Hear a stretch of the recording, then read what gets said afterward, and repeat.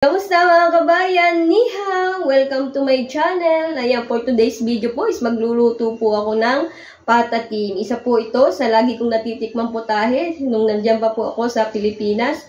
Ngayon po is lulutuin ko na at ang mga rekado ko pong gagamitin dito is yung madali lang makuha kung kahit nasaan man po kayong lugar. Ayan, at sisiguraduhin ko po sa inyo na sarsa pa lang is ulam na. Mapapakain po kayo ng madaming bahaw.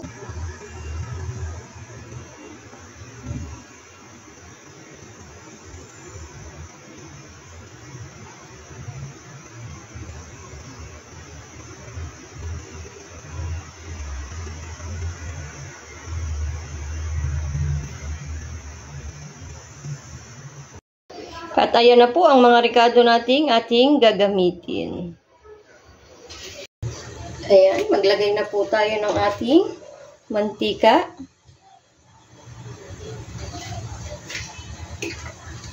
At yan, ilagay na po natin ang ating bawang.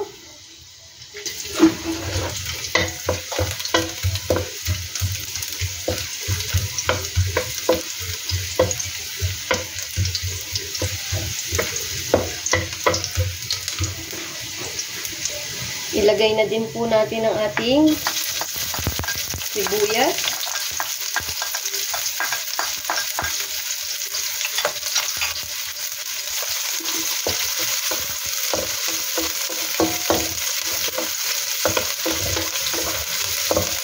Medyo i-brown lang po natin para lumabas ng kanyang aroma.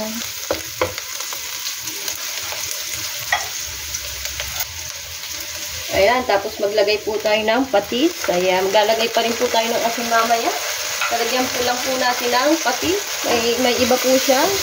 Sarap na gagawa ang patis.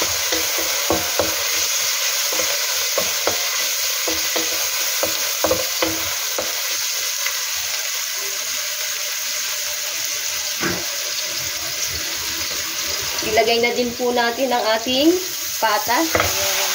Isang buong pata po siya.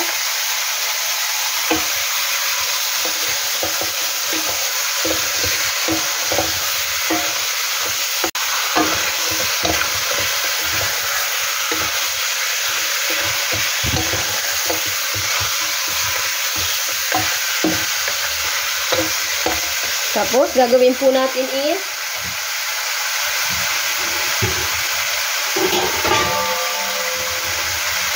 tatakpan po muna natin siya. Babalikan po natin siya after 10 minutes. Ayan, after 10 minutes po, buksan na po natin. Ayan, humalo na po yung ginisa natin kanina. Ayan. Matigas pa po yan.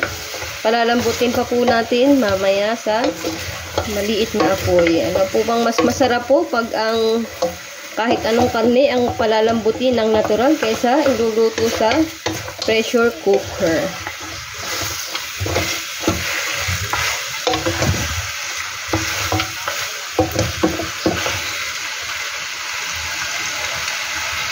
Kaya po, ilalagay na po natin ang ating 1/4 cup ng toyo. Ilalagay na din po natin ang ating 1/4 cup ng suka.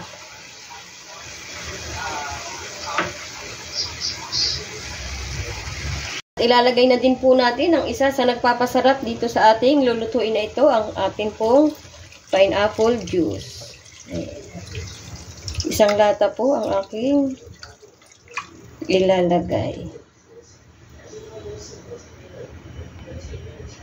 Ayan, ilagay po natin ang ating 1/4 cup ng asukal. Ayan, madali pong magdagdag mamaya kapag kulang pa sa panglasa natin. Ilalagay na din po natin ang ating 2 dahon ng laurel. Tapos, lalagyan na din po natin ang ating pepper, paminta.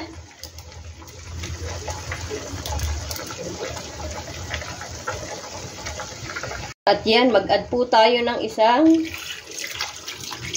basong water. Ayan, tubig.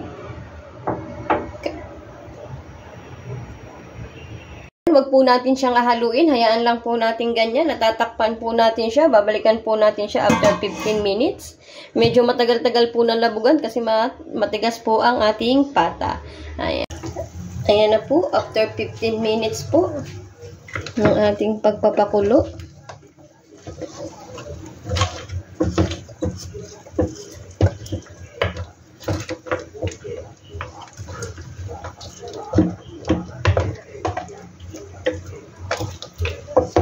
Mag-a-add po tayo ng mga 15 minutes pa. Mas malambot, mas masarap. Ayan, kailangan lang po natin para talagang malambot na malambot. Siguro 1 oras at saka 1 oras hanggang 1 oras at kalahati. Ayan, tikman po muna natin kung saan pa siya kulang para madagdagan na natin.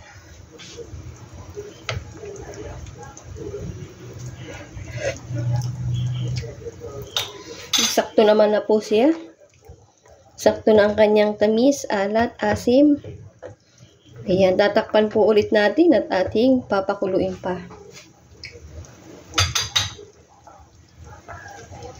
Dagdagan pa po natin ang 1/4 cup ng toyo para na din po sa kulay.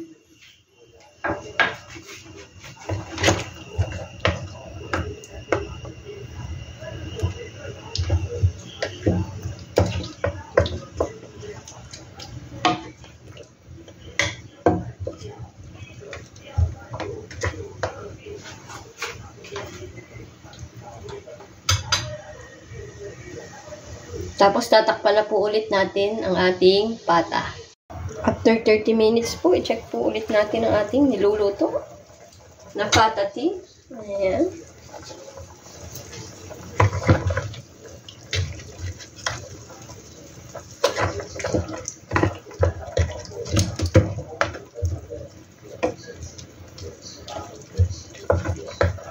Tingnan po natin kung labog na ba siya.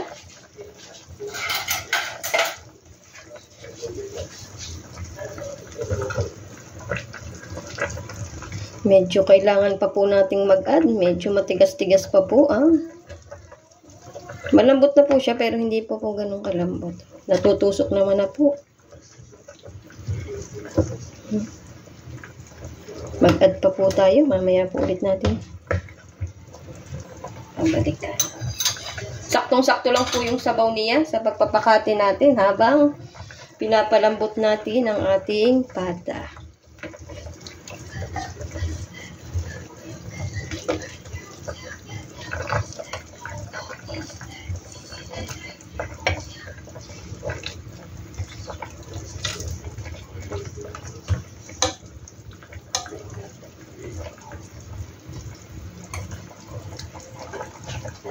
Balikan po ulit natin siya after 15 minutes. At ayan na po, luto na po ang ating pata tea. Okay na po yan, may sabaw-sabaw, tapik.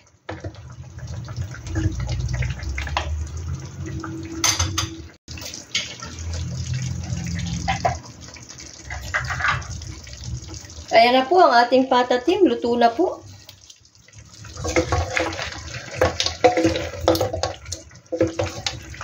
Saktong-sakto lang po ang lambot at ang kanyang sabaw.